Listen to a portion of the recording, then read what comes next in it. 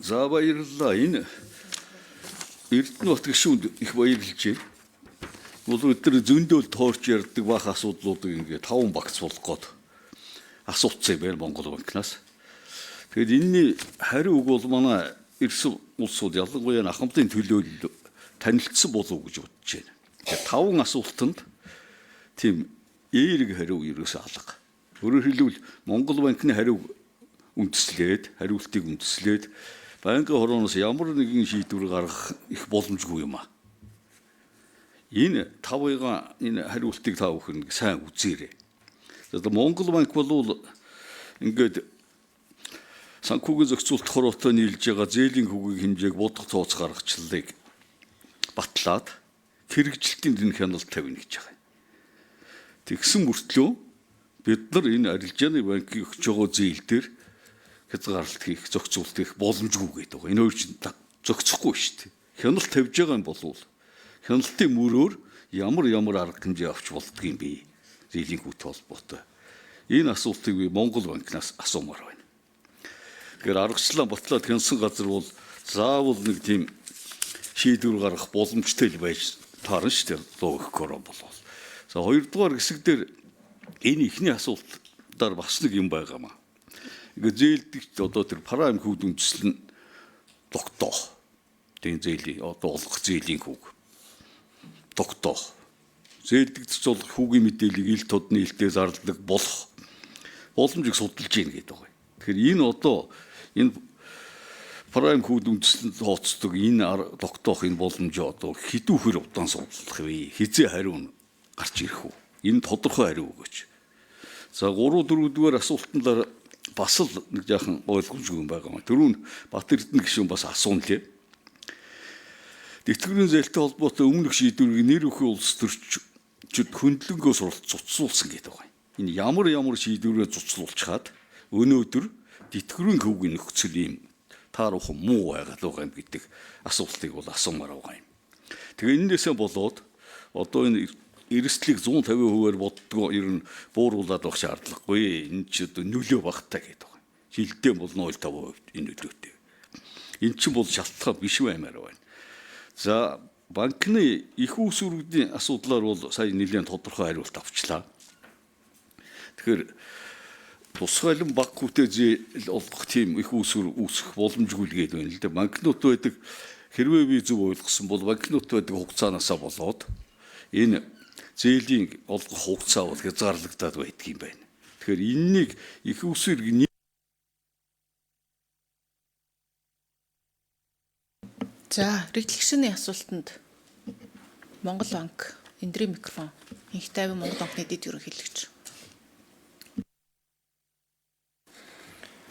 За, гишүүний асуултанд хариулъя. Тэр зээлийн хүүгийн тооцоололттой холбоо санхүүгийн зохицуулахаар манайх хоёрын тооцоололттой холбоотой асуудлыг манай өмнө бодлогын газраас дэлгэрэнгүй хариулчих واخа. За, бид бүхний хувьд бол тэтгэврийн зээлтэй холбоотой зохицуултуудыг анх энэ оны 3 сард гэр бүл нийгмийн хамгаалал хөгжлийн яамнаас Төв банкнд хүсэлт ирүүлсэн.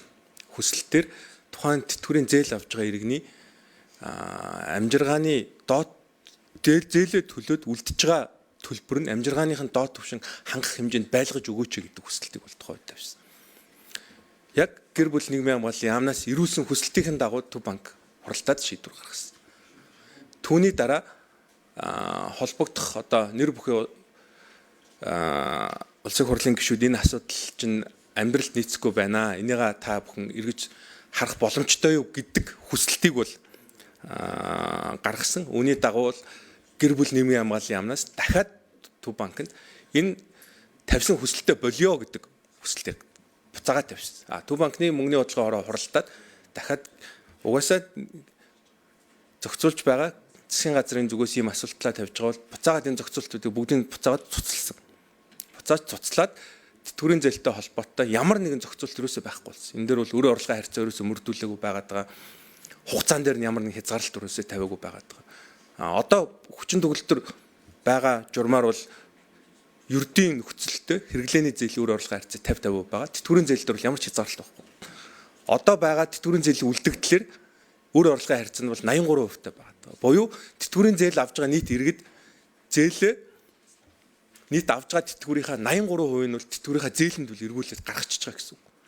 Энэ бол маш өндөр хувь байгаа. Тэгэхээр арилжааны банкуудын хувьд бол үр орлогын харьцаан дээр бол ямар ч тийм хязгаарлалт бол Төв банкны зүгээс бол тавихгүй байгаа. Хугацаан дээр нь тавихгүй байгаа. Яг 24 сараар олгоод байна, 18 сараар олгоод байна гэдэг маань банк өөрөө их усрээ иргэдээс 1 жилийн хугацаатай л авч байгаа. Ер нь дунджаар.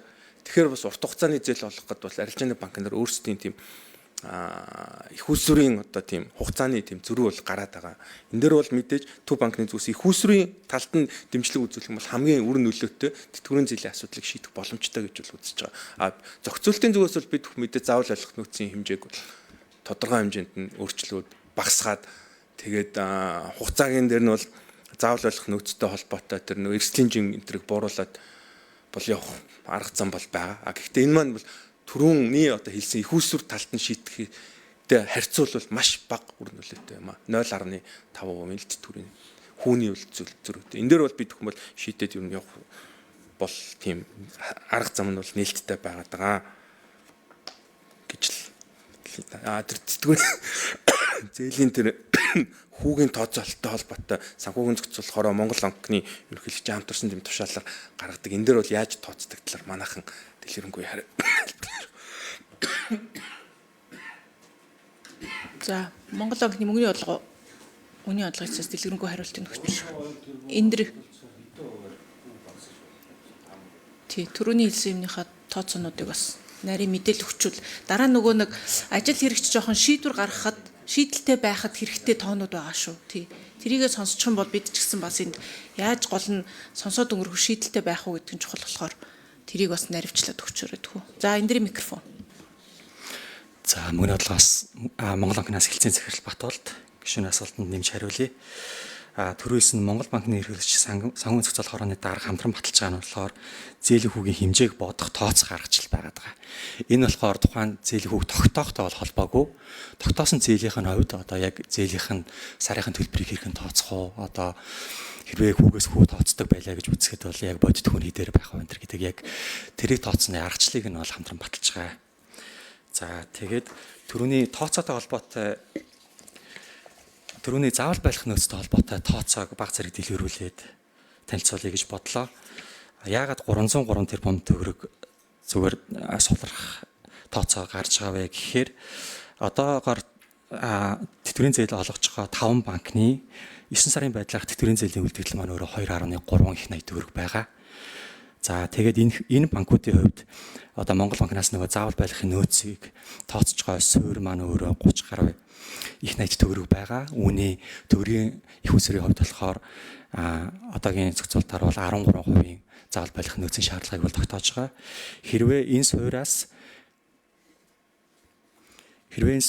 тэтгэврийн зээлийн үлдэгдэл болох 2.3 их 80-ыг хоргодуулж тэрнээс нь одоо заавал байлгах нөөцийг тооцох юм бол өөрөө заавал байлгах нөөцийн шаардлага маань өөрөө 300 орчим тэрбумаар одоо шаардлагыг сулрах тийм тооцоо бол гарч ирсэн байна.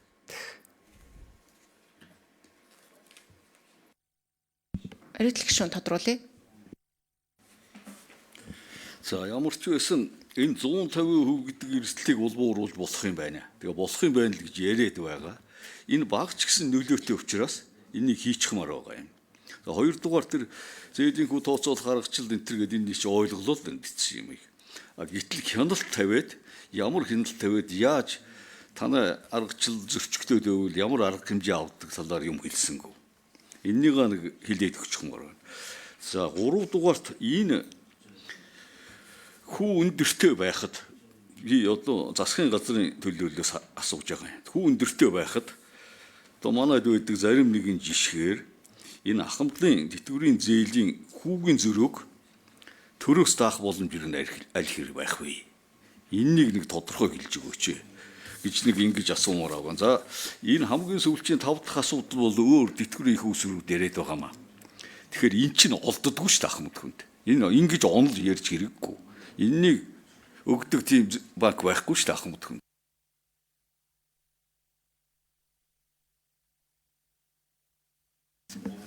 За Монгол банк юу лээ? Энэ тавь. Монгол банкны хууль эрх зүйн газрын дарга юу ш. Тий. За эрхлэх гишүүний ихний асуултанд хариулъя. Эндрийн микрофон.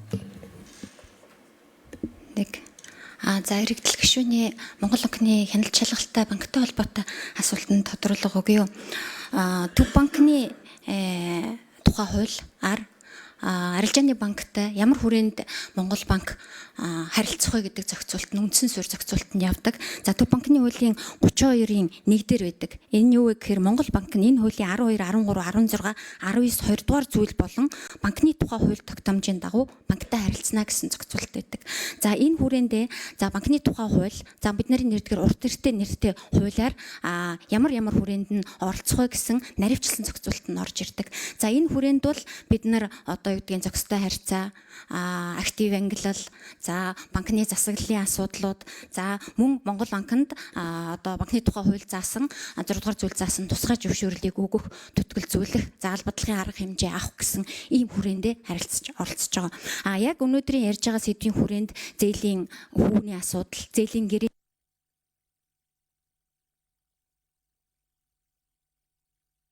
Хэн шалгалтаа яаж хийдэм бэ? Журамч нь арилжааны банкуд үнэхээр дагж гин үгүй юу? Энэ дээр та бүхэн ямар хугацаатай яаж хяналт шалгалтаа хийгээд яад юм бэ гэдэг дээр нэг тодорхой энгийн үгээр хариулж байгаа. Эндрийн микрофон. За энэ дөрвсөн хуулиудын хүрээнд бол Монгол банк хяналт шалгалтаа хийдэг. За хяналт шалгалт бол иж бүрэн шалгалт, хэлцэгчилсэн шалгалт гэд ингээ явж байгаа. Түрүү манай Батуулд захирал элцийн захирлын хэлсэнчлэн яг энэ өргөдөл гомдлын дагуу бол шалгалт хийсэн. Энэ шалгалтын хүрээнд бол хянж үзэхэд одоо юу гэдэг банкны тухай хууль болоод энэ журмыг хүү тооцохтой холбоотой журам зөрчсөн үйлдэл гарч ирээгүй. Хүүг давхардуулан бодож авсан хүүгээс хүү тооцож одоо гэрийн заасан буюу журам заасан зөрчил гараагүй гэсэн хариултыг өгсөн байгаа. За хэрвээ журам зөрчсөн бол ямар арга хэмжээ авдаг вэ гэхээр банкны тухай хууль, зөрчлийн тухай хуулинд заасан дагуу бид нар холбогдох арга хэмжээг авдаг. За дараагийн асуултанд хэн хариулах вэ? Сангийн ам гэр бүл хөгжлийн яамнаас ирсэн байгаа. Нэг хариулт атгач ийм боломж байгаа мó? Тэтгэврийн зээлийн хүүгийн татаас гэдэг зүйлийн боломж юу нь хэр байна? Үнэн бодиттой хэлээд хариулцах хэрэгтэй мэрэгжлийн хүмүүстэй заатах. Эндрийн микрофон дээр гэр бүл хөгжлийн яам. За эрэгдэл гишүүний сүүлийн асуултанд хариулъя. Ер нь бол нийгмийн даатгалын хууль тогтоомжид тийм зохицуулт бол байхгүй. Өөрөөр хэлэх юм бол тэтгэвэр барьцаалсан зээлийн авлаа, тэтгэвэр авагч нь насварлаа, үлдэгдэл зээлийг одоо төр батлан даана гэдэг юм уу? Нийгмийн даатгалын сангийн үлдэгдлээс төлнө гэсэн зохицуулт байхгүй. Зөвхөн жилдээ нэг 13.8 мянган хүн бас насварж байна тэтгэвэр авч байгаа хүмүүсийн хувьд. Тэр энэ хүмүүс хуулиар тухайн насварсан сарын болон дараагийн сарын тэтгэврийг нь өгөх хуулийн зохицуултаа энэ төсөв бол суугаад одоо тэтгэврийг нь бол өгөөд явдаг юм байна. Тэгвэл зээлийн одоо үлдэгдлийг төлөх гэдэг юм уу? Төр батлан даах, нийгмийн даатгалын сан батлан даах тийм зохицуулт байхгүй. Боломжгүй л гэсэн үг.